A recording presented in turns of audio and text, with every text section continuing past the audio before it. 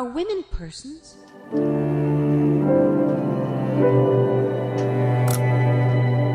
the whole people who form the union. Husbands, sons, the oligarchs over the mother and sister, the wife and daughters of every household. Europe held for slavery and end this pestilential war only to count.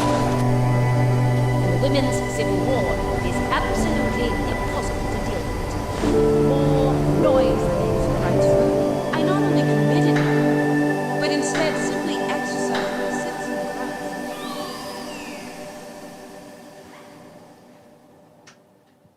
By the way, this video is filmed on the Origins table, which is today's sponsor. This is a sturdy board gaming table with an arena to play all your games. It's done really well in fitting everything we throw at it for the months we've owned the table. And you betcha, I just can't wait to resume our game of TI4 Prophecy of Kings that has been hiding underneath the topper this whole time.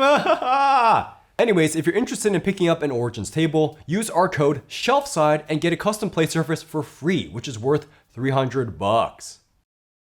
Warning, there might be some sensitive topics in this vid. I mean, it is American history. We try our best not to mention or show anything too messed up. We might have missed some flavor text in the margins or so. If you're concerned, jump ahead to scoring and just enjoy that yay. Votes for women. It's in the name. The women's suffrage movement from 1848 to 1920. And sorry, rest of world, this is the American suffrage movement only. Oh yeah, we got this game from it being randomly sent to our PO box, so I have zero communication with Fort Circle Games and the designer, Tory Brown. So yeah, you heard it here. If you send a game to us randomly through the mail, we probably won't end up reviewing it, but if something catches my eye, well, I'll give it a spin. In this case, Votes for Women, it was on Polygon's top 5 games of 2023 so far as of early June, and was even compared to Twilight Struggle. You know, the war game that was #1 on BGG for many years? In Votes for Women, you'll be playing to try to get the, well, votes for women. You'll use campaigners and event cards as you try to pass or fail the 19th Amendment. Yep, hate to say it, but one of the sides will be trying to deny the vote to women. You could play this game at 1, 2, 3, or 4 player with slightly different modes, and we played this game 4 times. So we have enough info to talk about all of those briefly. And we'll be referring to Votes for Women as votes sometimes during the review, just to keep it nice and short. How to play! Goal of the game is to have the suffragists pass the 19th Amendment, which they do in 2 steps. First, get enough Congress support, then have check marks in 36 states to actually pass that bill. The anti-suffragists, to be referred as to the opposition, either want to have 13 X marks across American states, or just prevent the suffragists from winning within the 6 turns of the game. They're not really turns though, so turns is super misleading of a phrase. We're gonna refer to this as rounds for the rest of the review. To get the Congress support, you can play cards or do a lobbying action we'll get to in a bit. To get the check marks or X marks on a state, you'll want to put down 4 cubes from your side in a state for support for your cause. But they only turn to the check or X once the Congress support hits 6. Also, checks and X's are permanent. Also, you can't ever have more than 1 side's cube on a state, so if there's orange in one and you want to add purple or yellow for team suffrage, you would first remove orange and then clear the space before adding anything. On a round, you'll start with a hand of 7 cards and have 6 actions to do with them, trading off with your opponent. Also, you have these stars that you can use at any time to reroll dice and are important for some things coming up. A turn is playing a card to do its written text, or you can discard a card and then do something else involving your campaigner pieces on the board. So these are, you can campaign, which is putting down cubes, and you roll a d4 for each campaigner, put that many cubes down on your region. If you want to move them to another region, you can spend 1 star, move to any region you want, then drop cubes there. Another action is lobby, rolling a d6 for each campaigner you have. If you get a 6, you get a Congress notch, and if you're the opposition, you take away Congress approval. The final action is just getting stars equal to your amount of campaigners. When both players finish their 6 actions, meaning they have 1 card left in hand, it's time for the next round. Just draw back up to 7 cards, and you're ready. Oh, also at the start of every round, both players will bid for strategy cards, which are once per game abilities. The suffragist player bids their stars first, then the opposition can either pass, match the bid, or exceed it. Whoever wins the bid gets a strategy card. Other once per game abilities are state cards, which you can get if you're the first to have 4 of your cubes in that state. For the strategy and state cards, you can use them before or after an action. But yeah, that's the bare bones. You alternate just doing 1 action each, losing a card to do an action, trying to put cubes out on the board on states.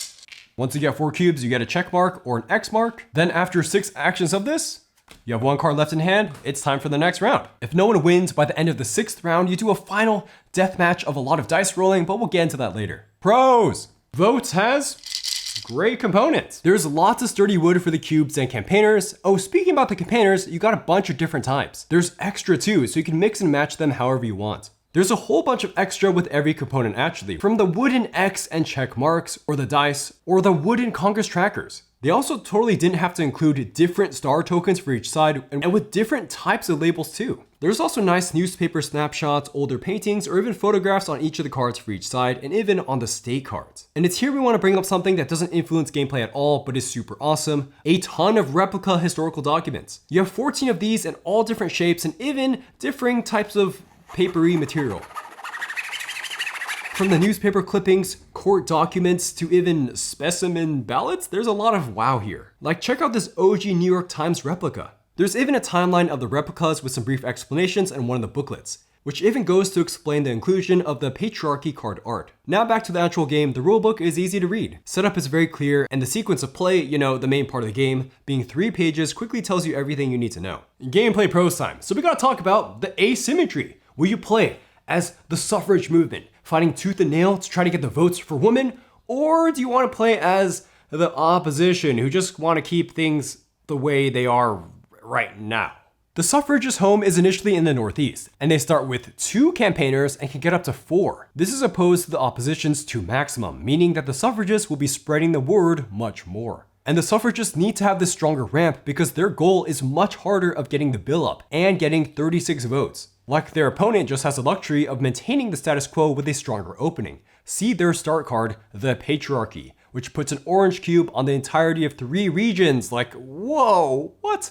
Also, the suffragists have to time their congressional submission of the 19th Amendment well, because if they do so too early, the opposition, who has a stronger opening, can go on the offensive and get 13 X's to close out the game. The suffragists have a lot more star power to throw around, namely up to 12 with more ways to get them, while the opposition only has 6. This means that if the suffragists play it right, they'll be able to lock the opposition out of the round-by-round bidding for the strategy cards. Also, shout out to the unique decks for each side. They're divided into 3 parts: early, middle, and late. There are a handful of exact duplicates between the 2 decks, but mostly they're a little bit different, so now we have to move on to their nuances in theme. We have to talk about how the women's suffragist movement is presented, and that's with these cards in these decks right here. These have a lot of historical flavor, but before we move on, quick disclaimer: I enjoy history, but I'm not a historical expert fact-checking all these cards. Everything in here seemed correct enough, but please correct us if something we got wrong or something's not right here. First off, every single card has flavor text to really set the mood and help educate. Southern hospitality explains the Southern hostess stereotype while giving opposition to parts of the South. Big liquors, big money funds anti-suffragists to help them campaign better for the rest of the turn. Or the scumbag George Vest, who refuses to admit pro-suffragist states to the Union, is removing congressional markers, and he places 2 cubes in the state he was a senator for. Or how about the Civil War, which locks down the suffragist player from adding cubes to the South and some border states, since, there's a war going on there now. Speaking of war, there's even World War I that makes an entrance, where the suffragist movement at home gets slowed because of all the craziness going on overseas. Heck, I didn't even know that Western saloons pushed the suffrage veto. Man, the history I, and hopefully you, are learning from this. There's even some opposition powers that just happen due to worldly events, since the Red Scare, San Francisco earthquake of 1906, and the 1918 pandemic weren't planned by anti-suffragists, but definitely helped their cause. On the suffragist side, there's early icons like Frederick Douglass to add cubes to the Northeast, or Sojourner Truth speaking the truth in the Midwest to add cubes. Of course, you gotta make room for the 15th Amendment, which expands voting rights, but still doesn't give them to women, but hey, it's a step. Later on in the 1900s, you'll see the controversial Woodrow Wilson, who can help you get a strategy card, which is huge. Man, there's just so many cards, it's hard to go through everything. There's also a lot of very fitting thematic interactions, where cards will ride off of each other. Opposition plays the war in Europe, well, then I play women in World War I. Now I get to add 10 of my cubes to anywhere on the map. You play the Civil War to try to lock down part of the board? Well, I have a Union victory to win the war. Now those places are open for cube placement. Suffragists play Southern strategy? Well, the opposition plays the Southern States Women Suffragist Conference. To support votes for white women only, dividing the movement, add 6 cubes to the South. We also want to praise a little bit of the star management this game has going on, where it's a bit of a puzzle and also a bit of a mind game. So first off, you and your opponent are both looking at these central strategy cards to buy every round, so you're trying to gauge how much is your opponent willing to bid for each of these. And then stars are required to move campaigners, so you gotta make sure you have stars saved up to do so, because late game, if you can't spend to move, then you can get totally screwed out of a turn. Progression pros. So votes definitely has an early, mid game, and late game feeling to it, just like how the decks are set up. Yep, the structured decks will eventually give you more campaigners for the later game, or the last congressional markers needed to make the final push. They also do a great job of moving the focus from the East Coast to more of the plains and western regions of America. And that would make a lot of sense with history as states slowly get on their feet and campaigners travel west to speak to these new crowds. Also in early to mid game is where both players are going to be struggling over the state cards. That is to get 4 of their cubes there first, because those tempo boosts are really good. Sometimes you can even get 2 state cards in one turn by playing it correctly. A huge thing to keep an eye on is the congressional markers in early to mid game, as the suffragists have to balance that with the amount of cubes they're putting down. Once the congressional markers are stacked, the game immediately changes as players start going hard to lock down states. You may even want to play cards to help you out during endgame scoring. It's here we want to bring up a strategy option to manipulate your progression, where you can dig deeper into your deck to get your stronger cards earlier in the game, getting late stage cards as early as round 3 if you do it right. There's state and strategy cards that let you do this, and lots of cards in the opposition deck allow this. The final pro for Votes for Women is that this all comes together to just make a very thematic timepiece about women's suffrage. You can really see the women's suffrage movement in the mid 1800s not really have much momentum at all,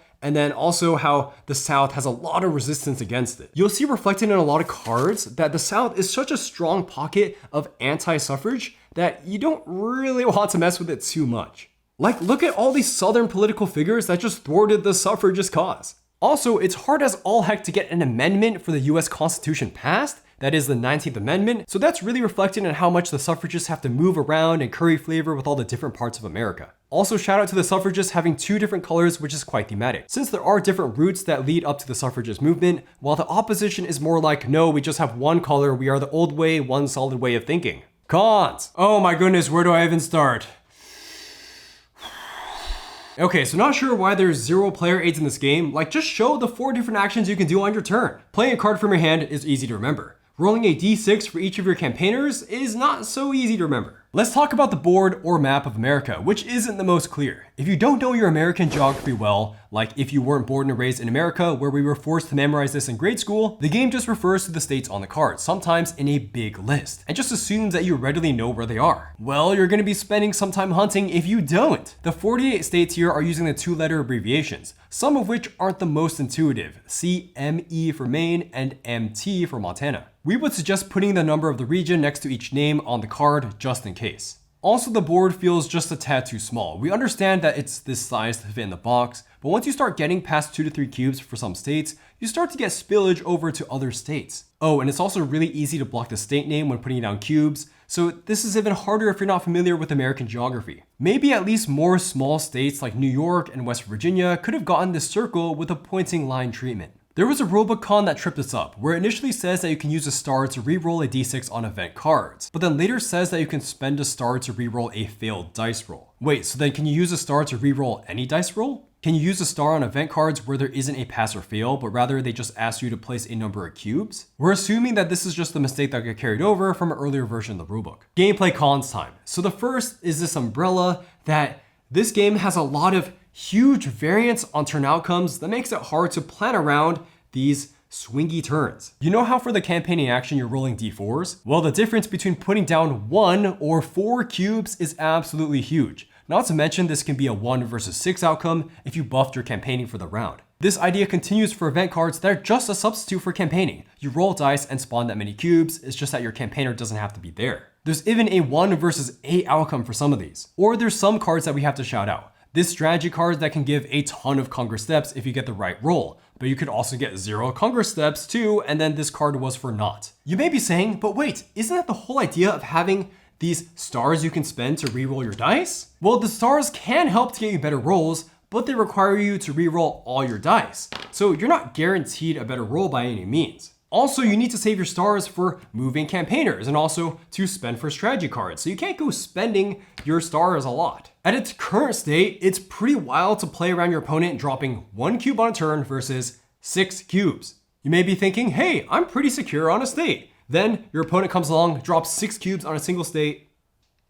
Bam, they have 4 cubes there. They get the state card. That state card gives them even more bonuses. Let's bring in the godfather of this game, Twilight Struggle, which also had a lot of push and pull of regions with influence. But that game didn't have dice rolling and placing down your influence. Rather, it just had expected value with each card. While we don't expect votes to strictly follow that formula, giving a range of what could happen is much healthier. Like if you roll a 1 to 3, you get 2 cubes. If you roll a 4 to 6, you get 3 cubes. You get the idea. Another layer of fix is to just expand the dice rolling system, like spending stars to add value to certain roll outcomes. There's also some wacky variance in how the cards are drawn.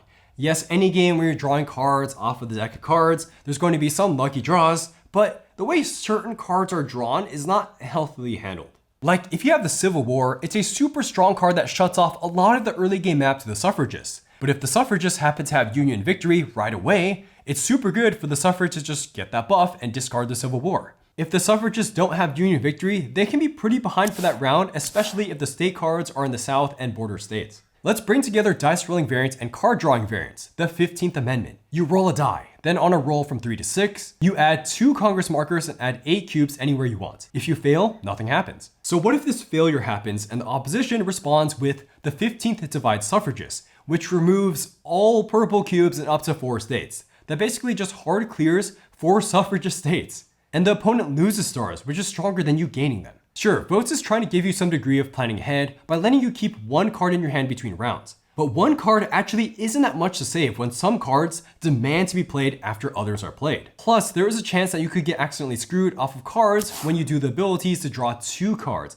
pick one and discard the other, because you could totally lose some key cards. Sure, if you're really experienced with the game, you could kind of predict what cards you'll draw if you count cards, but you can still run into the situation of drawing 2 really good cards, being forced to discard 1, and then your opponent can just optimize that. Speaking of good cards, boy, let's talk about some of the later stage cards. The late stage cards are a little more dicey because you're not inherently drawing them through your entire deck. Rather, there's going to be plenty of cards left over after the game unless you start digging through your deck with other abilities. There are many cards to help you boost congressional markers in a very efficient way. But all of these cards are dead if you already completed the Congress track. On the opposition side, War in Europe and 1918 pandemic thematically blast the suffragists, making them spend stars to do key late game actions of lobbying and campaigning. So you better hope you draw these as the opposition, although the variance in the opposition deck isn't as bad due to how many drawing cards they have. But do you see these late cards here, the ones that get you additional campaigners? Suffragists have 2, opposition has 1? Well, getting campaigners is really good, since they help you campaign to place cubes, which is usually stronger than using events to place cubes,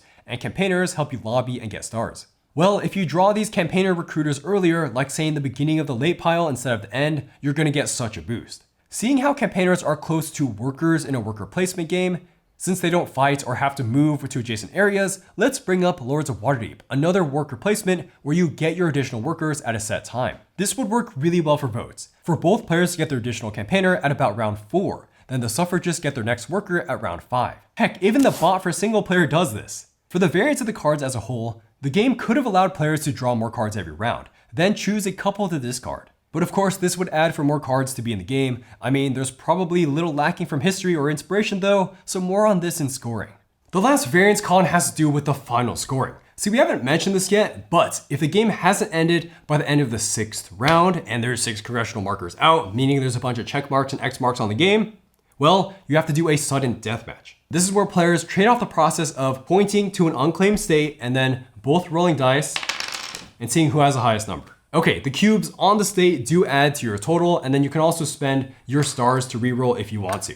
But seeing how the suffragists need 36 check marks to win within 6 rounds, there's probably going to be a lot of unclaimed states come end game. Remember how we were complaining how when you're rolling you can hit a 1 or a 6? Well, the same idea is happening here. You can hit a 1 or a 6, and the states you've been fighting hard for the entire game to get can just go to your opponent. But this can happen so many times, all back to back to back. In one game, we rolled at least over a dozen times for states, after thinking the suffragists just had the game in the bag. Who'd you say you win? And 5 minutes later, they didn't. Final death match dice rolling can be interesting when games come down to the last die roll, but when you do it back to back, it gets tedious. If votes really want to bring the game down to the wire, find a way to group states together so you can accomplish the final scoring in 1 to 3 dice rolls rather than 9, 10, or 11 or more, because then you're just wasting time. Next gameplay con. So the goals of this game, especially for the suffragist side, just aren't very well aligned with the actions you can do. So the suffragists, the main characters of the game, need to do 2 things before the game ends: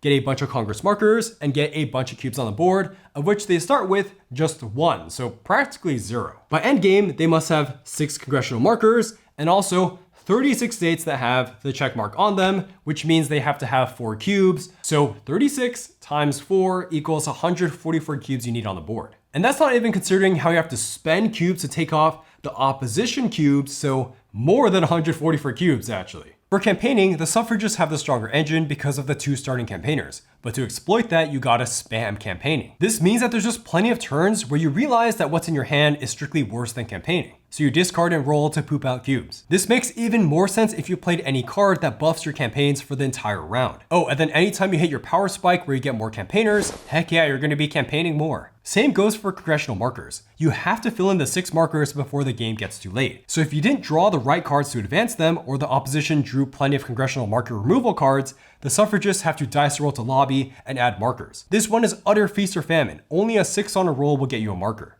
There can be plenty of wasted turns here. At its worst, we've seen rounds where both players realize, oh, I should just be campaigning or lobbying, so it's back-to-back turns of dice rolling. Not to say that dice rolling is inherently bad, but if that's all you do on back-to-back rounds to just try to hit numbers, it can start to take you out of the theme and feel repetitive. The intention was that the suffragists in opposition are removing cubes and congressional markers from each other for some counterplay, but the issue is that this is so RNG determined from dice rolls and card draws. Sure, state and strategy cards can add a wrinkle too, but sometimes your back is to the wall and you just have to campaign or lobby and the gameplay gets bland. Besides reining in the dice rolling variants as previously mentioned, we're curious if there could have been another way to get guaranteed congressional markers besides event cards, or getting cubes besides through event cards or campaigning, but more on this in scoring. We also suggest that there should have been some more strategy tips included in the game, because unless you're extremely familiar with American suffragist history, you're probably at a loss at what you should be doing in this game. Sure, you should probably get the state cards before your opponent, then look for the congressional markers, but how fast should you do that? Now it's time for the most surprising con.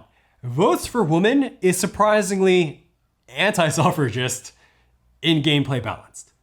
Like, what? It definitely doesn't seem to be intentionally designed this way, but the balance is so whack. Suffragists have to get 36 yeses and advance the Congress by 6 marks. Bad guys just have to stop that. Or they have an alternate win condition of 13 X's, which allows them to play an aggressive campaigning style if they want. To really put the suffragist battle in scale, let's look at this map of America. There's 48 states, each into 6 regions. The suffragists need 6 out of the 8 states from every region, or have 4 regions entirely filled by them, and then you still need some checks. This is all within 35 turns, because turn 1 they will play Seneca Falls, giving them 1 cube in NYC after the patriarchy gets played. So on average, the suffragists need to be playing a little more than 4 cubes a turn in different states, while the opposition just tries to slow them down.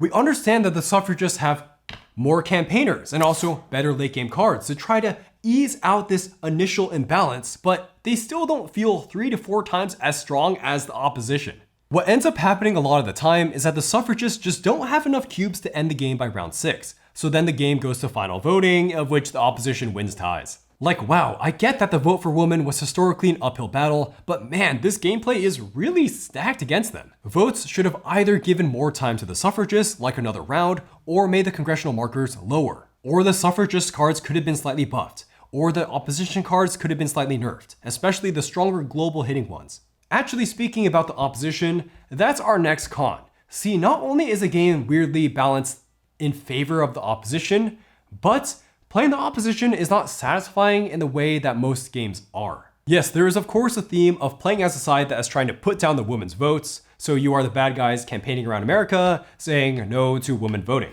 And then there's also some thematic text that's pretty messed up that we're not going to show on screen in this game. But we're here to delve into the gameplay, and for the most part, the opposition is meant to keep things the same way, which isn't particularly something to get excited about in a game. Sure, you are going to build up support for your cause in the South, but that doesn't get you that far in the aggressive win path, just annoying the suffragists. In fact, there's not really any cool swings the opposition can do, besides playing a nasty gerrymandering or Congress removal. The opposition doesn't touch the state card for cool combos as much as the suffragists, because they don't have the wide-reaching early game cards and campaigners to grab them first. And then the opposition doesn't have as many stars to spend to buy strategy cards. And they only have 1 campaigner with less stars to spend on them for most of the game. Maybe this is all just trying to be really thematic, where the opposition is just playing the game of hindering the suffragists in a world where it's so hard to pass an amendment to the Constitution. In practice, that can lead to a big feeling of the opposition just mostly reacting to the suffragist player, especially more dull if the suffragists are behind, because the opposition can only win if either time runs out or they get 13 X's after the suffragists get 6 congressional markers, so the opposition can't really ever push to close out the game on their own terms. Suffragist side underpowered, opposition not fun to play, so that means this game must be for single player then, right? And it really does feel that way despite how the marketing and how the rules are written. However, this bot, the op bot that you have to play against as you play the suffragists, just feel a little too stupid when you play. It really just does its own thing in playing cards from the top of its deck. So you can get away with that system more in a Euro where it's more about efficiency and less about conflict, but in a game about political influence, this system feels so odd. With its random nature, it just will not respond to you many times, so you kind of just get to trounce all over America while the bot usually ridiculously hunkers down in the South. It also rarely campaigns, only doing so when the condition on its card isn't fulfilled, which doesn't happen nearly as much as you might think. I mean, I only played this mode once, so I can't speak too carefully on balance, but due to the bot just doing the robot thing, you'll have a much higher chance of winning as a suffragist as compared to playing against any decently competent board gamer piloting the opposition. Playing with the bot is also really fiddly, since if it were to choose places randomly to drop cubes, you have to roll a bunch of dice, one for the region, then one for the state. This gets really tedious when you have to place on multiple states on a turn. Why could the op bot just come up with its own randomizer? Moving on with player count, we play this game at 3 player with 2 people playing as a suffragist, and each player will pick a color to control. You also have different hands and can trade cards in between rounds. This does give some decent teamwork, but there's a really weird rule where you roll a die for each campaigner on your team. Then just put it on your color, which early game is just 1 campaigner. So wait a minute, you're getting the strength of 2 campaigners in 1 region, even if you just have 1 person there? This is a buff in the right direction for the suffragists, they need all the help they can get. It's just hilariously a little too strong though. Our last con before nitpicks is that the game just doesn't have that great of replayability. You always play with the same deck of cards right here. Due to how the decks are ordered in their stages, you're going to see the early and mid game cards every single time. The powerful cards like Civil War, Southern Strategy, and more are just auto drop effects every game, and if your opponent has a follow-up card, well then so be it. The powerful cards are too good not to play. The fact that cards are meant to be hard follow-ups to others is a historical element that ends up shooting itself in the foot when you see it too many times. Also, to not make this game too complicated, it certainly has a lot of repeating cards in players' decks. So even if it thematically sounds like you have a different hand, it sometimes really isn't that different. Oh yeah, and then you literally have to start with the start card, since that gives you the campaigner to unlock your other actions. But start card. Could that have been a way to inject replayability into the game by simply swapping out a single card? Oh, same similar ability thing for the state cards. Actually, there are really just 3 types of cards. Either spawn more cubes, get stars, or draw through your deck and take another action. It's not like the specific combination of states is changing the game that much. Just hope that there's not both of the South ones out if you want to give more help to the suffragists.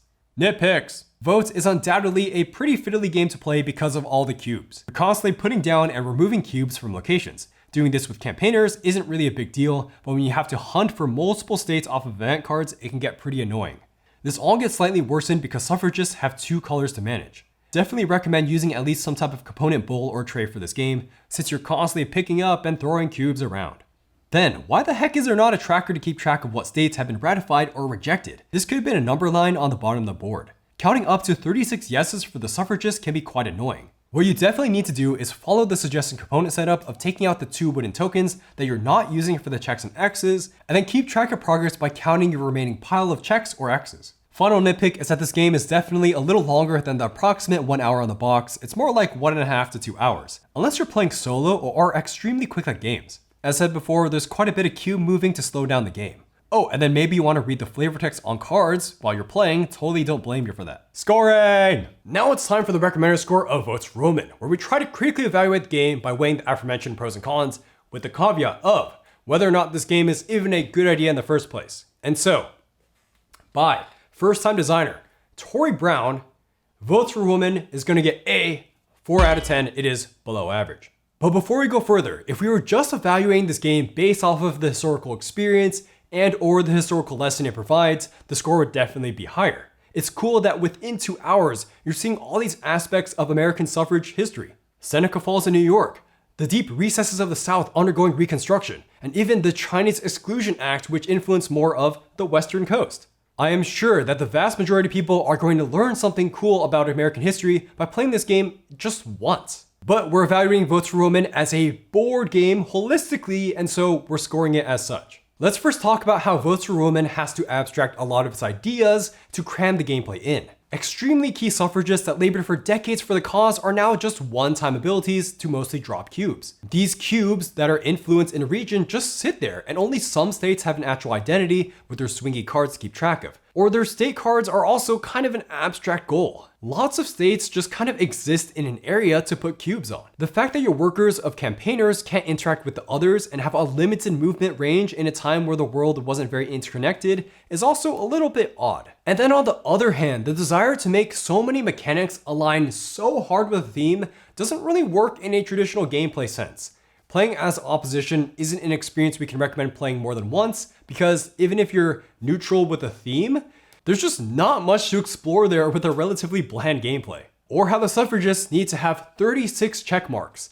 36, that's 3/4 of all the states, just like what you need to get an amendment passed through the Constitution. 3/4. This is super thematic. However, it's a lot to do in only 36 turns when you don't really start with anything. On first blush, it may seem like Votes has good depth here with all the asymmetrical decks, but actually there's not that much. Because if you look past the names and arts of cards, many card abilities are just cube droppers off of dice rolls. And then the variance of how you get cards and how the dice rolling manifests kind of throws mastery out the window.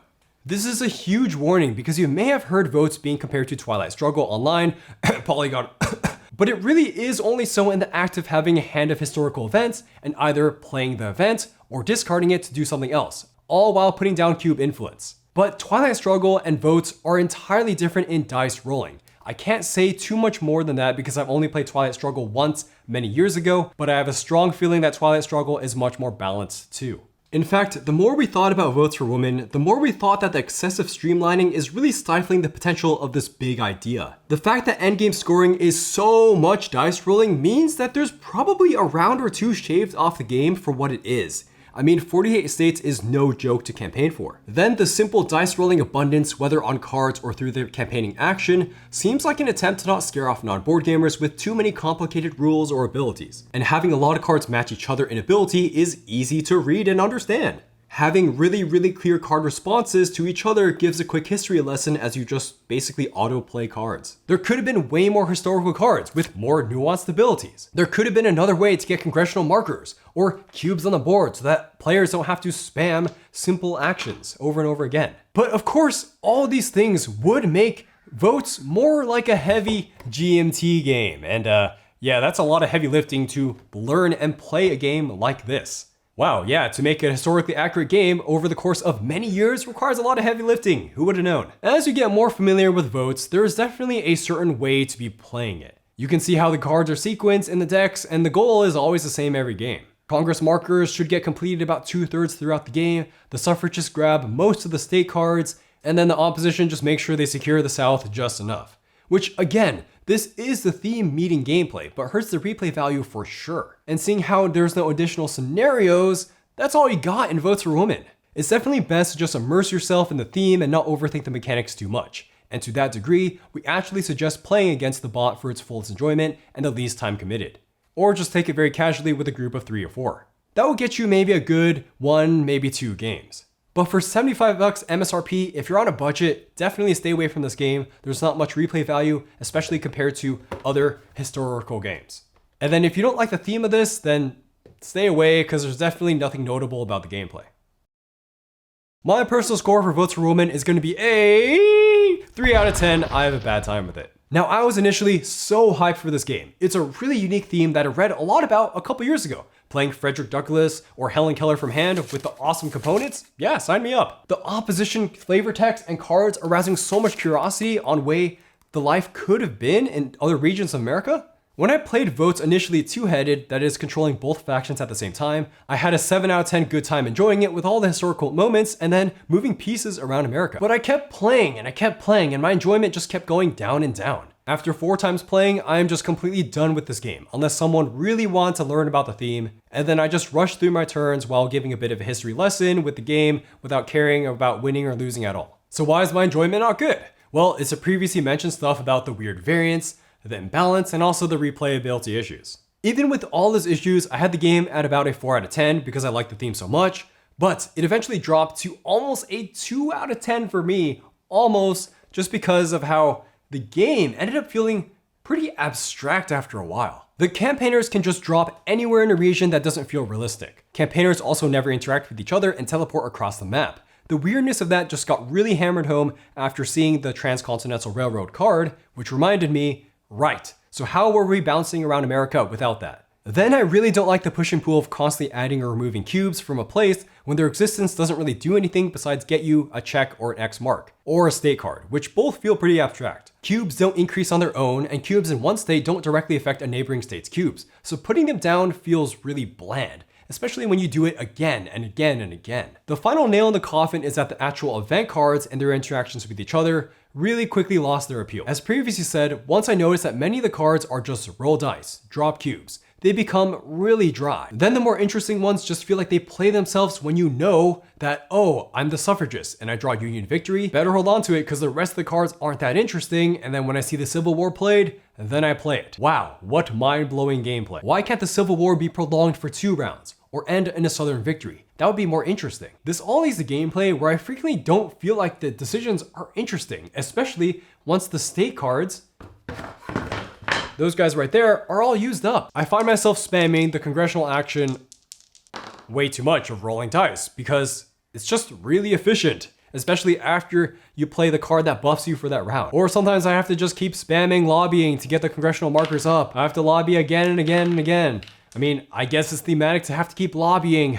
Oh, I didn't roll a 6, I have to re-roll again. Oh, I didn't roll a 6. Oh, I finally rolled a 6. Yay, I got a 6. Okay, now I have to do it again. I'm also just opposed to playing opposition again, because while I am able to remove the outcome of the game from real life canon, they just don't have that much to do. And it feels bad seeing the suffragists seemingly walk all over you on the board, while you actually know you're sneakily ahead because the goals are just so hard. It just feels bad to see one side have everything stacked against them and then you're hurting them even more. Man, that's the thing. Votes is so frustrating because there's so much going for it initially, but it just falls apart at so many angles that just leaves the initial theme as the novel thing, and that's enough of a novel thing to get me to start a game, but then come an hour in, I'm like, oh, wow. What am I actually doing playing this game? Why the heck did I want to play this game? Why don't I just sit down and read the documents? That's going to be a lot more fun than having to play again. The last game I played of this, the end game, was so tilting, as I just sat around with my friend for 6 minutes straight, just rolling dice for the final voting. And then I lost the game after 6 minutes of pure dice rolling.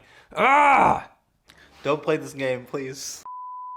I understand how hard it is to get an amendment passed in Congress, so that's why the suffragists have to struggle. They're suffering. But the entirety of the game has to be properly designed around that. Here are some ways the game could have held my interest besides after the first 1 or 2 games. Let players build a tableau of abilities in front of them that lets them trigger things throughout the game. Or have players be able to hide Congress votes till endgame scoring to at least give some more tension till endgame, or have a way to purchase votes, or have the different regions of the board feel more unique besides just the South being a beacon for anti-suffragists. These things could have easily at least doubled the time length of the game. But again, I don't think that's a bad thing at all for what this game is going for. And I think Votes is constantly shooting itself in the foot by trying to be too much of an accessible educational game while having all these mechanics. But hey, maybe this really weird blend was what it's trying to do with crossing the board gamers and learning about history. And if the game was 4 hours long, maybe I wouldn't have opened it up anyways and played it. So I guess Tory Brown wins here because I got to play the game and learn about history. Okay, anyways, Tory Brown, I'm curious to see what your next game is for real. Thank you for watching my review of Votes for Women. Yes, this getting sent to us randomly through the PO box did not affect scoring. And as always, thank you to all our patrons right here, because without your support, I would not be able to make a video like this for this game because yeah, this is not sponsored. Anyways, also thank you to our Mad Lads of Cardboard right here. And let me know what you think about this game, or there's any games similar to it I should check out. Maybe I should go back to Twilight Struggle one day. Anyways, all the good things, like, comment, subscribe. Bye-bye.